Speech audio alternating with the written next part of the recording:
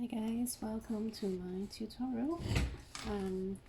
Today I'm just going to show you what I've always been working on for say since March, since the lockdown in Melbourne.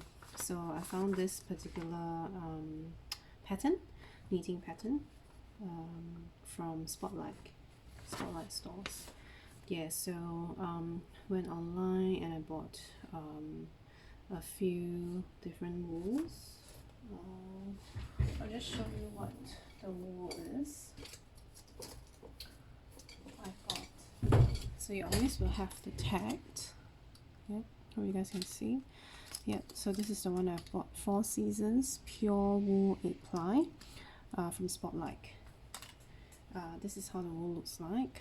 So it's really soft and squishy, and I think I really fell in love with knitting because it's really soft and really nice, and the weather here is really cold.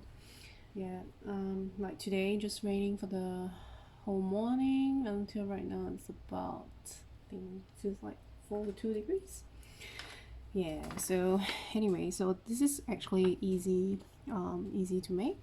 So you actually need a couple of things. You need a few balls of yarn. I'll show you how to calculate that later and how many to buy. You need 1 pair of 4mm knitting needles. I'll show you in a bit. 3 stitch holders.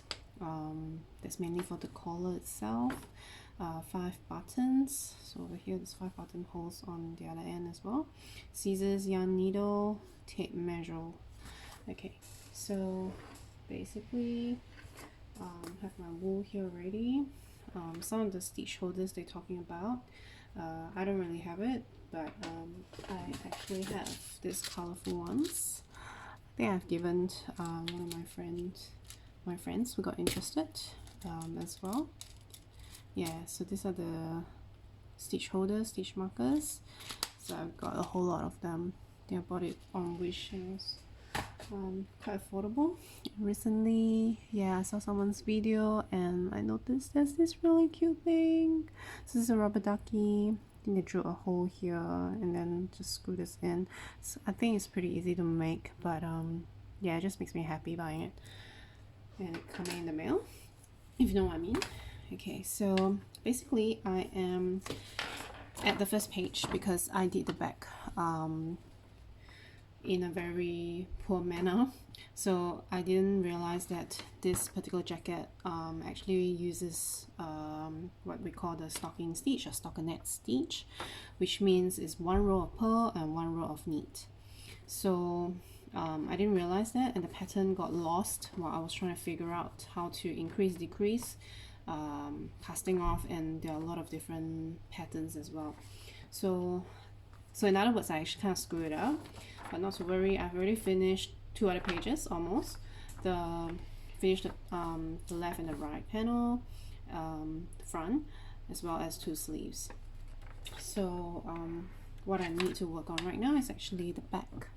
Okay, so you see these are my 2 bamboo 4mm needles, and right now I'm actually doing halfway.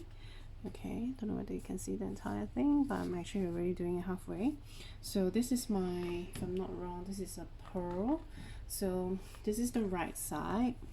Okay, this is the right side and this is the wrong side. So right side is the side that's actually facing the front, which is your front of the jacket. Okay, and then this one would be the back. So this is the side that's touching your skin, in other words. So you can see that they are all in knitted rows. Knitted pattern looks like that. It's not really very nice, but if you see on the other side, the right side, because you knit and you purl each row, it will look really nice. It's actually stockinette stitch or stocking stitch. So this is the right side, the side that's facing outside, and this is the wrong side. So when you can see that this is knit and this is actually stockinette, what are you going to work on next is actually what is facing outside. So this would be the stockinette stitch. So this row here that I'm actually working will be the stockinette stitch, and in other words I will have to do purl. So this side is knit, and to show it on this side you have to start purling. So yeah, I'm just going to show how to purl. So not too sure whether you can see because I put my camera on this side. Let me have a quick look. Yeah, so it's a bit difficult to see. I'm probably gonna change the angle a little bit. Okay, so right now I'm just gonna purl. So purling means that you actually put this needle on your right hand side. Okay, you actually put it from the right to the left underneath. So maybe you go through some basics first. This is actually one of the stitches that you're going to work on. This is the left of the stitch and this is the right of the stitch. So to purl, you actually put the right needle in from the right to the left, but underneath the loop. Okay, so this is the right again, this is the left. Put the needle from the right to the left underneath. So your needle here is actually on the top of this particular stitch here. So what you can do here, you notice that for purl, the string or the yarn will always be at the front. You will have to loop it around this needle. Okay, so loop it around from the front to the back. So it goes to the back of it. You can see now there's actually at the back here. Okay, so I'll do that one more time. So basically you put your needle right to the left at the bottom loop and then loop it around. I was saying the anti-clockwise fashion, and then what you can do is just, you see I'm not using my left hand, just tuck this one to the back, and then you can see that behind it's actually already catch on this loop. So this loop here is basically one of those loops here. Alright, so now it looks so awkward, right? What is this thing here with a large hole? All you have to do is to drop it. So once it drops, it will just become one of your new stitches here. There you go. So this is one of your purl stitch. Yep, I'll do that again. So don't worry, you will get the hang of it. It's actually really quite easy, provided you practice. Alright, so this is the right needle, put in from the right to the left at the bottom loop, and then here turn it around, okay, and then just oops, oh, it came back. So don't worry, so now you can see there is actually a loop at the back. Catch it on and then pull it back. Alright, here you go. That's really easy. So this is the 7th row that I am doing. Okay, you can see some of these things here. You can cut them away. This is just when I combine two yarn balls together. So yeah, just there you have a look at the fabric. So now it's all curling up because of stockinette stitch. Different stitches will give you different effects. Yeah, but not to worry, you can block it. Blocking means that later on you just need to put it in water and dry it. Yeah, we can talk about that a little bit more. Alright, so I'll just show you that I have a little stitch marker here, my rubber ducky here.